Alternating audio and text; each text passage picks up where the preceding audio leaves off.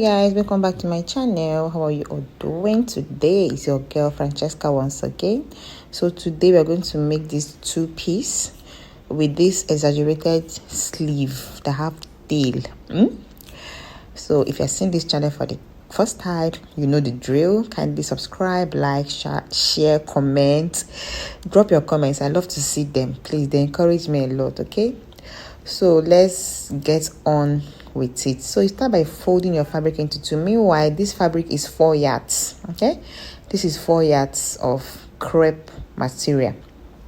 Now we're going to be cutting the top first before we move on to the trousers. So I've gotten my top length. I use 27 inches for the top length, but you can do 30 inches because the top needs to be longer because you're going to be using belt to tie it round. Okay, so now I'm going over to get the neck measurement. I use 1 inch for the neck length and 1.5 inches for the neck width. So this is back of the top. Okay, now we are going over to get our shoulder. Shoulder is 14 inches divided by 2.7. I'm gonna head to mark 7. Now I'm going to be marking my shoulder slant, 1 inch shoulder slant. After that, I'll use my ruler to curve it or to slant it.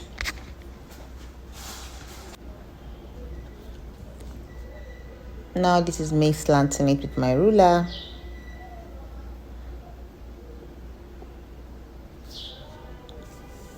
After that, the next thing is to get our armhole. The armhole I'm working with is 8 inches. I'm gonna head to mark 8 inches. Then rule the straight line to join the shoulder, and then you curve. Now, shoulder to my bust point is 11 inches. This is me marking 11 inches, so I can take my round bust circumference. Now, this is me taking my round bust circumference. I've added extra 2 inches. Whatever your bust measurement is, you divide by 4 and add extra 2 inches or extra 1.5 inches. So because this is a free top, I didn't make it my exact shape or exact bust. So I added like extra 4 inches. So I now rule the line straight down to where the top stopped, where the top length stopped, because it's a free gown, so there was no need for waist measurement and all of that. That is it. I've cut out the front part of the top.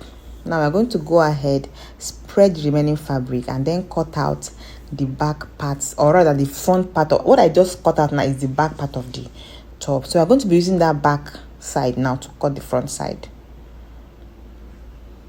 Again, I folded my fabric into 2.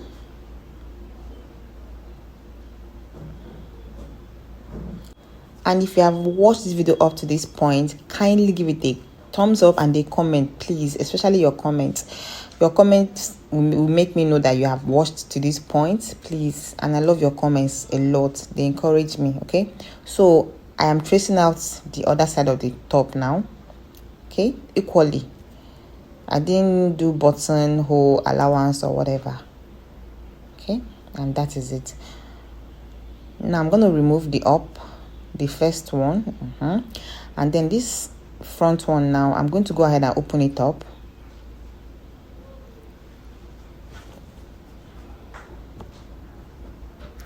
So this is me opening it up. That has been done. Now the next thing is to make it a V-neck. With my chalk, with the help of my chalk, I'll draw the V and then go ahead and cut it.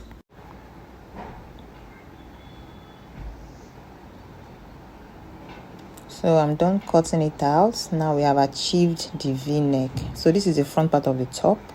I'm just trimming out the excesses to make it perfect. Okay, so that's it. Now let's open it up and see what it looks like. So this is what it looks like now. Okay, so the next thing now I'm going to do is to bring the back side of this front of this top, the back side of the top, then place the front one on it equally. Okay, this is me arranging, making sure it's equal, the armhole, the shoulder and everything. I'm going to place them equally now, and then I will sew the shoulder and the side. Okay, and this is it. That has been done. Now the next thing we're going to do is to get the measurement, the measurement of this top from beginning to the end of it, from beginning of the V line, the open part, to the end of the open part. Okay, so this is me using my tape to take it round so that I can cut the lapel or the collar, long collar. Okay, I've gone ahead to do that, and everything I got was 60 inches, but I'm going to do like 62 inches just to be on the safe side. If it's extra, you can trim it off. Now I'll be using 2 inches for the width of this lapel. 2 inches width. So this is me making sure that all 2 inches, or you can do 2.5, so that by the time you stitch it, then by the time you join it you attach it to the dress, it will still be, you still have 2 inches left. So let the half be sewing allowance, or just not up to half or a quarter. Okay, so this is it, guys. I've ironed it as well. Now we are going to attach it on the top, starting from one end of the open side to the other end, right side facing right side. Okay, right side of this, then you sew it round all the way from beginning to the end, and then if there's any extra fabric, you cut it off and then fold it down. And here it is, guys. I've gone ahead to attach it, and it's already coming off beautiful. Okay, I've also folded it down. I use bias to pipe the down, or to fold it down. Okay, now the next thing is to cut the sleeve. Okay, this is where the work is now. You know, this is an exaggerated sleeve shirt, so it's time for us to cut the exaggerated sleeve. I've gone ahead to fold the fabric. Now I measured 24 inches. 24 inches is average adult sleeve length. Okay, now I've measured 24 inches, and now I'm measuring the armhole. Okay, it's going to be a free sleeve anyway, so the armhole is going to be a little bit bigger. Okay, I just adjusted it because I wanted it to be free. I'm just checking my round sleeve measurement and how many inches extra I'm going to add. So that is why I am adjusting it. So I'm going ahead now to mark the armhole. Okay,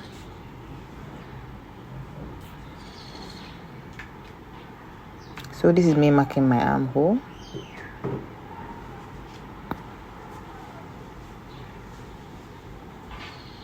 So I'm just going to measure it again to know how many inches it is. If it's much, I'm still going to adjust it later. Now the next thing is to get the V cut.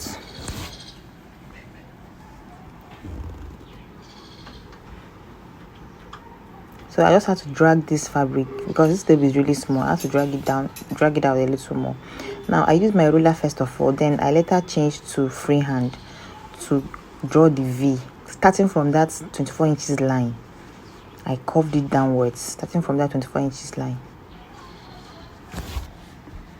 I curved it downwards, okay, to form the tail. Now I'm going ahead to cut it. So after cutting it, now I'll show you what it looks like.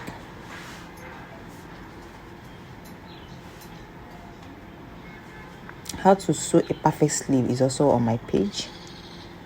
In case this sleeve, the armhole part is confusing you, okay? So this is it, and let me open it up for you to see what it looks like. So this is it now, okay? It's really simple. So we're also going to cut the second one because it's 2 hands. We're also going to cut the second one as well.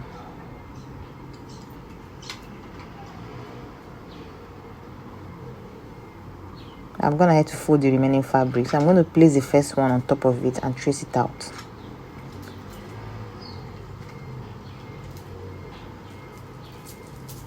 So this is me now cutting it out.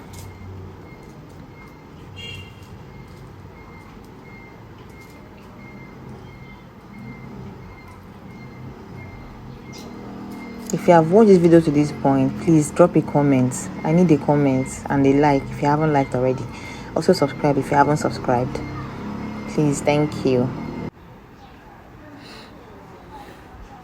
So we are going to sew it down. We're going to close up that side. First of all, we're going to use bias to turn that triangular part. Okay, this is it, guys. I've closed it and I've used bias to pipe the triangular part, and that is it, guys. It's just very simple. It's really simple. It's really simple. Now we're going to attach it on our shirt.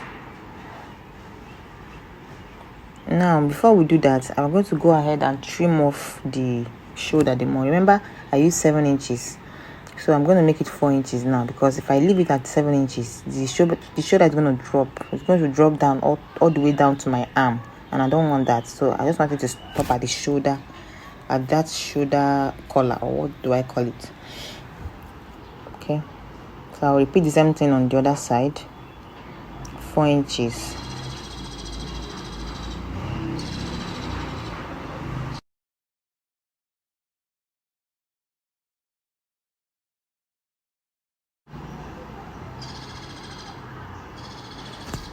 Okay, and that has been done. Now it's time for us to attach the sleeve to the armhole. So I'm going to get the sleeve now and measure the armhole to see if it's equal with the one I made on the dress. And don't forget to tack the area you just cut out now. Before you attach your sleeve, you tack those threads so that you know. So the armhole of on the sleeve is longer. Is way longer than that of the shirt, so I'm just going to shape it.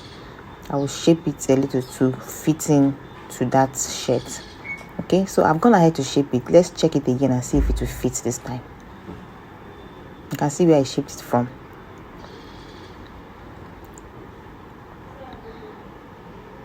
Okay, so this is the first side, the first part. You can see is now equal from the shoulder to the armpit. It's now equal. The same thing on the other side.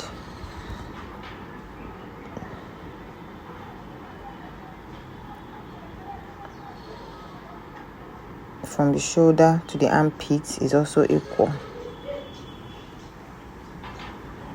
So when you're attaching your sleeve, you do it armpit to armpit, facing each other. That's right side to right side, facing armpit. You'll go ahead and attach it. And this is it, guys. That's been done. Very easy. Like, it's really easy. So if you watch to this point, wow, thank you. I appreciate it. Please comment, like, share. Okay. Now over to the trouser side. I already have a concise tutorial on how to draft a perfect trouser. Okay, I have the palazzo one, I have the plain trouser, and all of that. So I'm going to be using my pattern paper now to trace out this one. I'm not going to be doing the tutorial all from the beginning again. So this is my pattern paper. I've placed it on top of the fabric, and I'm just going to go ahead and cut it all out. I'll cut it offline on the floor because my table is not long, so I'll do it offline. Okay, and this is it. I've gone ahead to cut the front and the back. Now the back is bigger, this crotch line is longer. Okay, and it also have zipper allowance. Okay, and it came all the way to join the front on that end. This is because the back bum is usually bigger, long, and curvier. So that is why the back have to also be longer and more spacious, so that the bum can fit in well. Okay, now let's continue. Now this is the first part of the trouser. That's the front part. We are going to sew it like this. We are going to join the crotch first. I've done that. I didn't join the back yet. It's the front first.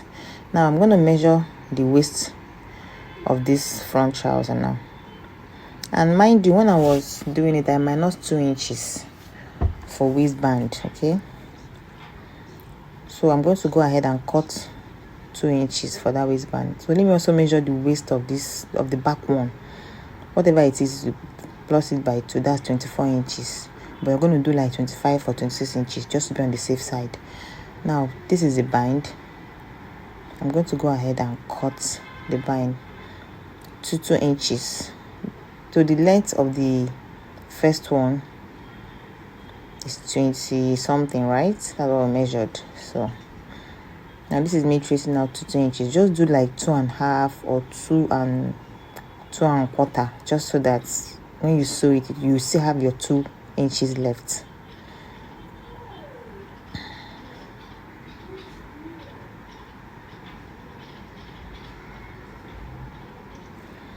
After cutting out this first one, we also cut out the back one as well.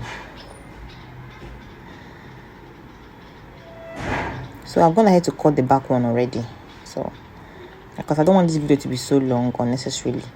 Now this is the front one. We're going to face it right side to right side. We're going to face it this way and sew. And for the back one, each of them have their own bind. You will also face it that way and sew. So let's go and do that now. Okay, we are back and they have been done. This is the front, you can see, and these are the back. I also iron them as well so they can lap well. Okay, so now we're going to place the back first. This is the back side. Remember, the back side has zip allowance, so we're going to place the back and then place the front one on top of the back one. Make sure they are equal together, and then trace out the zip allowance. You can see that I made it equal. That's the bum side, or the hip side rather. The hip side is equal with the back one, so only the zip allowance side that is protruding out or is showing. So now I'm going to use my chalk. I'm using my chalk now to trace it out. Okay, and then I'll go ahead and sew. Okay, I've closed it up. So the front and the back has been closed up now. Now the next thing we're going to do is to join the front and the back so that we can finish up this trouser. Okay, now you can see that even after tracing out the zip allowance, a slight inches you are left, just very small, but it's okay. You can always shape it.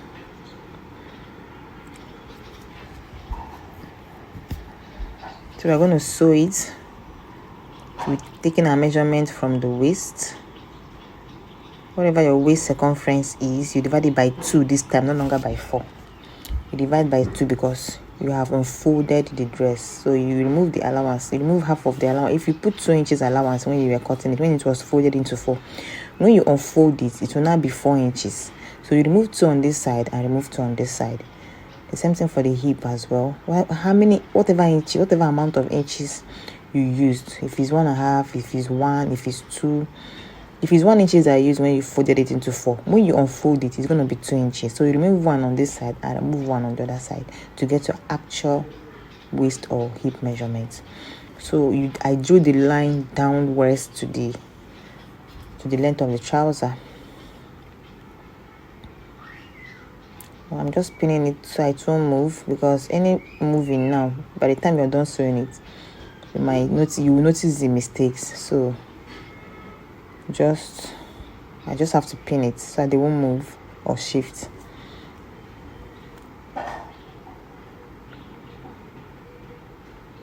Okay, that has been done. So this is a free trouser. I didn't bother measuring the lap and the nail and all that. Now we're going to close it. I'm going to sew crotch to crotch. Make sure the front crotch and the back crotch are facing each other. So you start from there first before you sew the sides that you pinned. And here it is, guys. I've also attached the zipper. So let me flip it to the right side so that we'll see what it looks like. And here it is, guys. You can see that the back bum is longer when you spread it. And this is the down part. I've used bias to turn the leg. So this is it, guys. Thank you for watching. I really appreciate. See you in my next video. And this is me wearing it as usual. This is me rocking it, and it's so fine, it's so beautiful. So guys, see you in my next video. Bye. And if you haven't subscribed already, kindly do so now. Like, share, and most importantly, drop a comment. Bye.